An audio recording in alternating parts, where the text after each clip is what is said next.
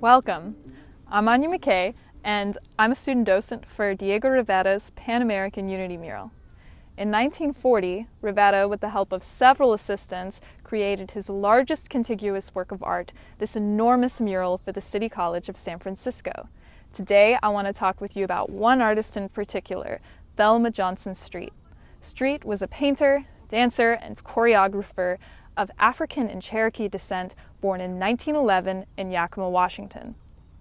During the 1930s, Streat moved to San Francisco to work on the WPA projects. The WPA was an American New Deal program that provided millions of jobs to Americans for working on public works projects, including public art.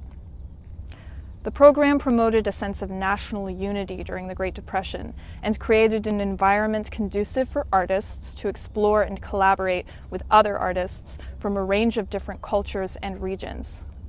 In San Francisco, Streat met Rivera, who had been commissioned to paint the CCSF Pan-American Unity Mural at the 1939-40 Golden Gate International Exposition here on Treasure Island.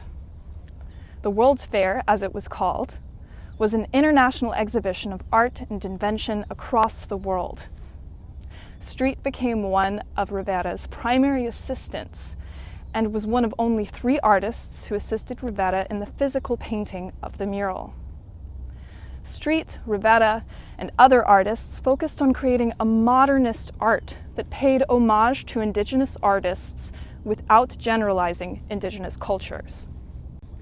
San Francisco played a major role in the development of Streat's style and content.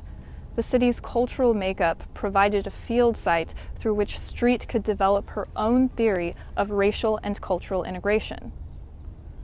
Situated within the rich cultures of Black, Indigenous, and immigrant communities of the American West, Streat was both embedded in and an embodiment of the unique intersectional identities of emerging American artists in the 30s.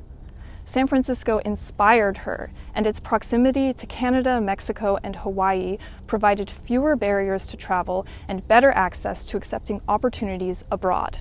Streat spent much of her life traveling and researching indigenous art in British Columbia, Mexico, Hawaii, and Haiti. Streat was engaged in a unique artistic process with a blend of anthropology, visual art, and performance art. Her expansive study of African and indigenous cultures, combined with her celebration and recreation of their art forms, establishes her artistic process as a new method for social research. She would document and compare African expressionist dances to spirituals to modern dance, then incorporate them into her choreography and paintings. She also worked to decenter whiteness in art, and credit the Black, Indigenous, and artists of color who have long informed the canon of American art without recognition or compensation. On one trip to British Columbia, Streat met with the chief of the Squamish people, who instructed her in how to perform the dance movements used for ceremonies. That fieldwork was the beginning of a study where she focused entirely on folk dancing.